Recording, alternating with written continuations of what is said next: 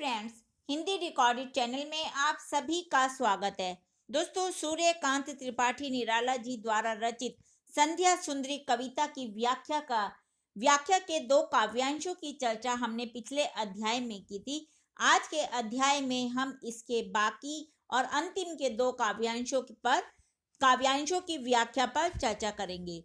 दोस्तों, ये जो संध्या सुंदरी कविता है, यह इसमें कवि ने शाम के समय का यानी कि संध्या को एक मानवीकरण करते हुए, संध्या का मानवीकरण करते हुए उसे मनुष्य की संज्ञा देते हुए उसका वर्णन किया है कि किस प्रकार सांझ का समय होता है और किस प्रकार ऐसा लगता है मानो संध्या जो है वो श्रृंगार करके आसमान से धरती पर उतर कर आ रही है।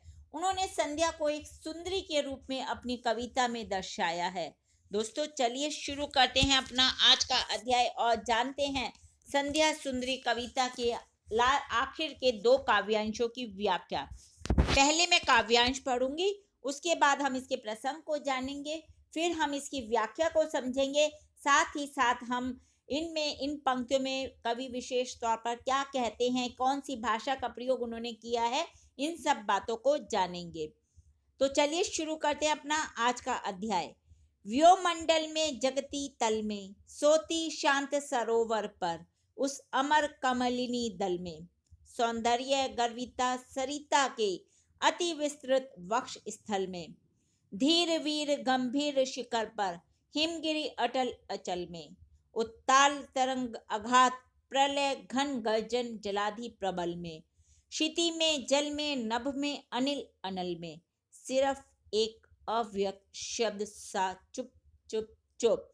उन्होंने बताया कि किस प्रकार शाम के समय सब कोलाहल शांत हो जाता है, मनुष्य अपने घर चले जाते हैं, पंछी अपने घोंसलों में चले जाते हैं और किस प्रकार चारों तरफ शांति फैल जाती है और सिर्फ एक ही स्वर सुनाई देता है, चुप का स्वर सुनाई देता है। तो चलिए अब हम इसके प्रसंग को जानते हैं। इन पंक्तियों में कवि ने संध्या का संश्लिष्ट चित्र उपस्थित किया है। कवि ने प्रकृति के सुकोमल और रौद्र दोनों क्षेत्रों में चुप चुप चुप की गूंज निरंतर बताई है। चलिए अब इनकी व्याख्या को जानते हैं। प्रस्तुत पंक्तियों में निराला जी कहते हैं कि सारे आकाश में, पूरी पृथ्वी पर ही नहीं बल्कि शांत सरोवर में खिलने वाली उज्जवल कमलियों में भी चुप ध्वनि सोई हुई है, चुपचाप ध्वनि सोई हुई है।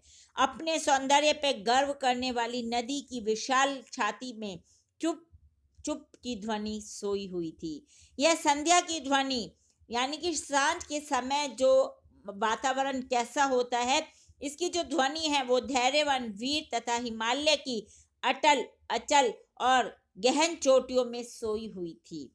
प्रलयकारी भयंकर बादलों के गर्जन, भयंकर समुद्र में तथा उदंड किनारों से निरंतर टकराती हुई लहरों में यही ध्वनि चुपचाप सोई थी। यानी कि सांझ होते होते सब जगह, चाहे वो पर्वत हो, कहीं भी देखेंगे सिर्फ एक ही ध्वनि सुनाई देती है, वो है चुप की ध्वनि। कवि निराला जी कहते हैं कि पृथ्वी पर, जल पर, आकाश में, वायु में तथा आग में केवल एक ही स्वर बार बार गूंजता था। और कौन सा स्वर था वह? चुप चुप चुप। ये हमने इसकी व्याख्या जानी। चलिए दोस्तों, अब हम इसके विशेष पर चर्चा करते हैं। इसमें कवि ने तत्सम शब्दावली, समास युक्त भाषा का सुंदर प्रयोग किया है। साथ ही साथ ठोस विशेषणों से कविता अत्यधिक बिंबात्मक बन गई है। संध्या का मानवीकरण किया गया है, यानी कि संध्या को मनुष्य की संज्ञा दी गई है। रूपक, उपमा तथा मानवीकरण अलंकारों का कवि ने प्रयोग किया है और एक शब्द अव्यक्त शब्द सा चुप चुप में विरोधाभास अलंकार है। चलिए दोस्तों, अब हम इसके अंतिम काव्यांश को पढ़ते हैं। है गूंज रहा सब कहीं और क्या है, कुछ नहीं, मदिरा की वह नदी बहाती आती, थके हुए जीवों को वह सस्नेह प्याला वह एक पिलाती, सुलाती उन्हें अंक पर अपने, दिखलाती फिर विस्मृति के वह कितने मीठे सपने, अर्धरात्रि की निश्चलता में हो जाती वह लीन। कवि का बढ़ जाता अनुराग, विरहाकुल कमनीय कंठ से आप निकल पड़ता तब एक विहाग। दोस्तों, इस इन पंक्तियों में कवि ने संध्या का जो संध्या का समय है उसके प्रभाव का वर्णन किया है कि किस प्रकार रात आती है तो सभी जीवन जितने भी लोग हैं वो किस प्रकार सो जाते हैं। ऐसा लगता है कि जैसे संध्या उन्हें कोई मदिरा का प्याला पिला रही है। इन सबको कवि ने अपनी पंक्तियों में बताया है। अब इसके प्रसंग को जानते हैं। इन पंक्तियों में कवि संध्या के प्रभाव का वर्णन करते हैं। चलिए दोस्तों, कैसे वर्णन किया है उसकी व्याख्या भी जान लेते हैं। कवि कहते हैं कि चुप चुप चुप का शब्द सब स्थानों पर गूंज रहा है, यानी कि सब जगह सिर्फ शांति है, सन्नाटा है, चुप की आवाज है। इस शब्द के सिवा पूरे वातावरण में कहीं कुछ नहीं है। यह संध्या मानो मदिरा की नदी बहाती हुई आती है, यानी कि संध्या के प्रभाव में सभी जीवन विश्राम करते हैं। और फिर हम जब विश्राम करते हैं तो जो हमारी थकावट होती है उससे हम मुक्त हो जाते हैं। ऐसा लगता है कि सभी जीवन ने संध्या के हाथों शराब का प्याला पी लिया हो। यह संध्या सभी सभी जीवों को अपनी गोद में सुलाती है तथा उन्हें मदहोशी अथवा विस्मृति के सपनों से भर देती है। सांझ होती है, रात होती है और सब मनुष्य सो जाते हैं और सोते हुए वे सपने देखते हैं, कुछ मीठे कुछ खट्टे। यानी कि कहने का भाव है कि संध्या गहरी होने पर रात के समय सभी प्राणी सो जाते हैं। और कैसे सोते हैं? चिंताओं से मुक्त होकर सपने देखते हुए।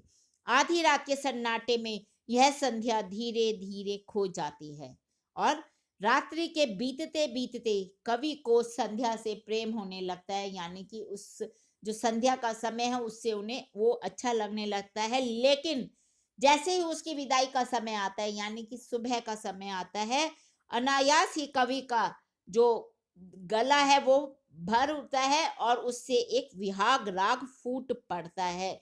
यानी कि ये संध्या कवि के गीतों को जन्म देने वाली बन जाती है। कवि ने संध्या के समय प्राणियों में विश्राम करने का बताया है कि संध्या का जैसे ही समय आता है प्राणियों में विश्राम करने का भाव प्रबल हो जाता है। और साथ ही साथ कवि कल्पना करता है कि संध्या शराब की नदी बहाती है जिससे मदिरा पीकर सारा विश्व ऐसा लगता है जैसे मस्ती में डूब जाता है और संध्या के प्रभाव से कवि की कविता प्रकट होती है। अब इन पंक्तियों में विशेष क्या है उस पर भी चर्चा कर लेते हैं। संवाद शैली द्वारा कवि ने कविता की सजीवता को बढ़ा दिया है। मुक्तक छंद का प्रयोग किया है।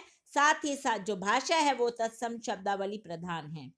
संध्या को इसमें उन्होंने एक प्रेयसी के रूप में, प्रेमिका के रूप में चित्रित किया है और यहाँ रूपक अलंकार का प्रयोग किया है।